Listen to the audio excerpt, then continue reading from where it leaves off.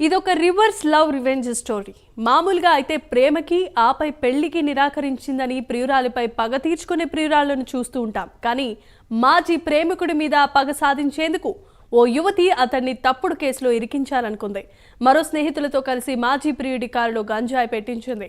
పోలీసులకు సమాచారం అందించి పట్టించింది. కానీ అసలు గంజాయి అలవాటే లేని ప్రియుడు అదే విషయాన్ని పోలీసులు ఎదుట మొరపెట్టుకున్నాడు. దీంతో అనుమానం వచ్చిన పోలీసులు అసలు ఈ సమాచారం ఎక్కడి నుంచి వచ్చిందన్న కోణంలో రివర్స్ దర్యాప్తు చేస్తే ఆ యువకుడి మాజీ ప్రియురాలి స్కెచ్ బయటపడింది. దీంతో పోలీసులు లా స్టూడెంట్ అయిన ఆ ప్రియురాలితో సహా కేసుతో సంబంధం ఉన్న 7 వ్యక్తులను అరెస్ట్ చేశారు. వారి వద్ద నుంచి 40 గ్రాముల గంజాయిని స్వాధీనం చేసుకున్నారు. నిందితులను జూబ్లీహిల్స్ పోలీసులు రిమాండ్కి తరలించారు.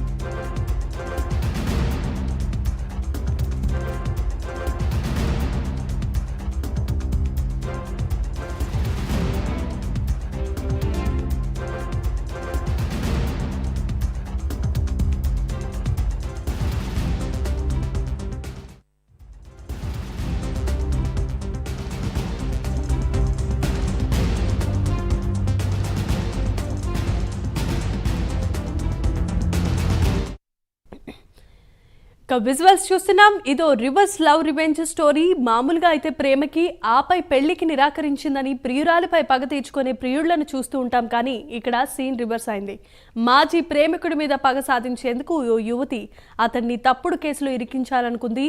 తన స్నేహితులతో కలిసి మాజీ ప్రియుడి కారులో గంజాయి పెట్టించి ప్లాన్ చేసింది.